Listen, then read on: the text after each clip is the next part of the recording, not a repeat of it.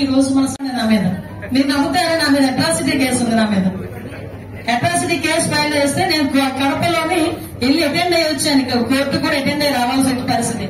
అంటే last government అంత దారుణంగా ఉంది. కాబట్టి మీ కేసులతో పాటు నా కేసులు కూడా కొట్టించుకునే బాధ్యత నా మీద ఉంది. కాబట్టి చంద్రబాబు నాయుడు గారికి, అదేవిధంగా లోకేష్ బాబు గారికి, మన ఎంపీ గారు, ఎమ్మెల్యే గారు అందరి సహాయ సహకారాలతో డెఫినెట్లీ మీరందరూ కూడా కేసుల వివరాలు ఇచ్చారు. ఆ కేసుల్ని ఎలాగా మనం అందరూ కూడా అందరి నుంచి బయటపడాలన్న దాని మీద న్యాయ నిపుణుల సలహా కూడా తీసుకుని యాజ్ వెల్ యాజ్ పాసిబుల్ అది కూడా చేయిస్తాను.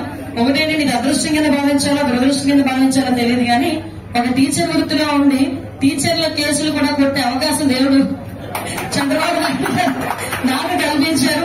ప్రత్యేకంగా చంద్రబాబు నాయుడు గారికి కూడా నేను ధన్యవాదాలు, నమస్కారాలు తెలియజేసుకోవాలి. మీ అందరికీ తెలుసు. చంద్రబాబు నాయుడు గారి గురించి ఒక్క మాట చెప్పి నేను ముగిస్తాను.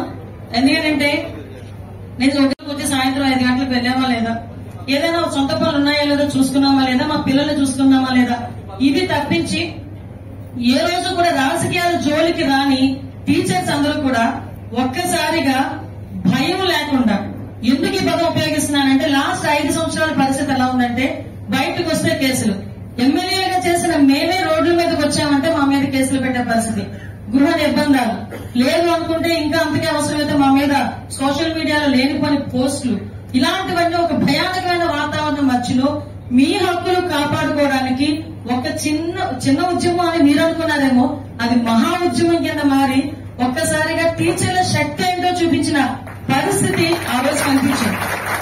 ఆ రోజు నేను డిసైడ్ అయ్యా, ఎస్ మీరు డిసైడ్ అయ్యారంటే రేపు పొద్దున ఈ గవర్నమెంట్ మూడింది.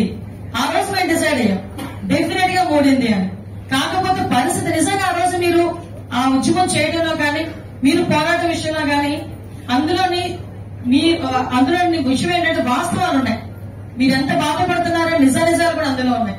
చూసే 117 జీవో ఉంది. ఈ రోజుకి కొన్ని స్కూల్స్ లో ఒక టీచరు ఒక పిల్లోడు. నేనే మా వాళ్ళు మా అన్న వెంకటేష్ అన్న అబద్ధం గారు అని చెప్తున్నారు మాతో, ఒక టీచర్ అమ్మా, ఒకటే స్కూల్ టీచర్ ఉన్నాడమ్మా, ఒకటే పిల్లోడు అన్నాడమ్మా. కొంతమంది అయితే 4th క్లాస్ నుంచి 3rd క్లాస్ కి వెళ్ళడానికి హై స్కూల్స్ లో ఎప్పుడైతే మెచ్ చేశారో 3rd, 4th, 5th, 3వ తరగతి పిల్ల ఆ ఊరు దాటి వేరే ఊరికి వెళ్ళాలి.